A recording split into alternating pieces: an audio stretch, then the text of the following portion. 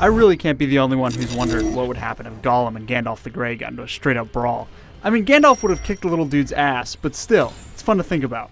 And apparently, according to the Lord of the Rings console MOBA, Guardians of Middle-earth, it's just as fun to play. That is, when it's working.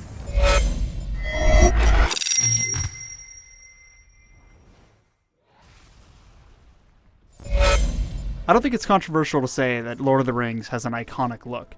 The books defined high fantasy upon their release, and the movies have gone to become a fantasy standard in their own right. So, Guardians of Middle-earth has great source material to work with, and they certainly use it wisely. Sauron, Legolas, and newcomers like Hildefons and Runsig have that distinct Lord of the Rings look down to a T. Not only that, it sounds like Lord of the Rings, right down to original voice actors and a sweeping soundtrack. Problem comes with some of the user interface options. Because MOBAs have a ton of information they need to convey at any given point, there needs to be a ton of stuff at the screen at the same time. Unfortunately, that means on average-sized TVs, the minimap and stats screens can be a bit tough to read. It's a minor gripe, but in the heat of battle, that kind of hard-to-see information can really lead to issues.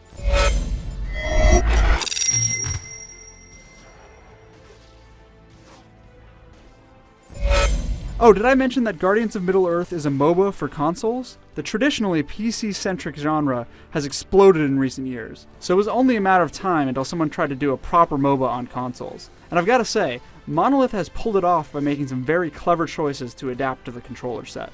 First off, the precision of a mouse and keyboard is gone. Therefore, Monolith has chosen to go with a more AoE attack approach, giving each champion a cone or column of attack range. Also, there are very few single-target special attacks, making it so I rarely miss having a mouse in my hand.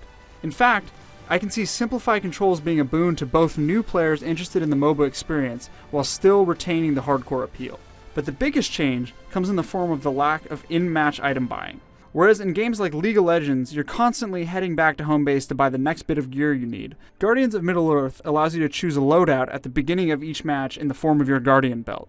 As the match progresses, the gems and relics that you've chosen unlock, giving you stat bonuses and the like. It's a really smart way to get around the clumsiness of a controller-controlled item store, and even makes the game more accessible for those who have been turned off by the slightly terrifying item store in PC MOBAs. Unfortunately, all these great design decisions are undermined by some pretty serious technical issues.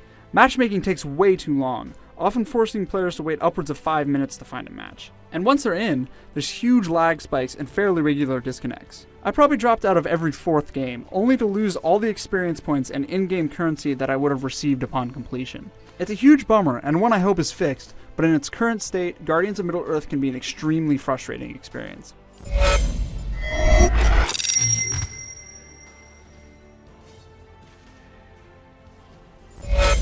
When it works, Guardians of Middle-earth achieves something pretty amazing. It's a MOBA on consoles that manages to be both accessible and extremely deep. The simplified controls, easier to understand Guardian belt system, and an optional match timer make it easy for new players to get into. And yet, that intensity that MOBA players have come to expect hasn't been lost a bit. It's just too bad that such a solid game can be made so unplayable by technical issues. For more about Guardians of Middle-earth, check out IGN.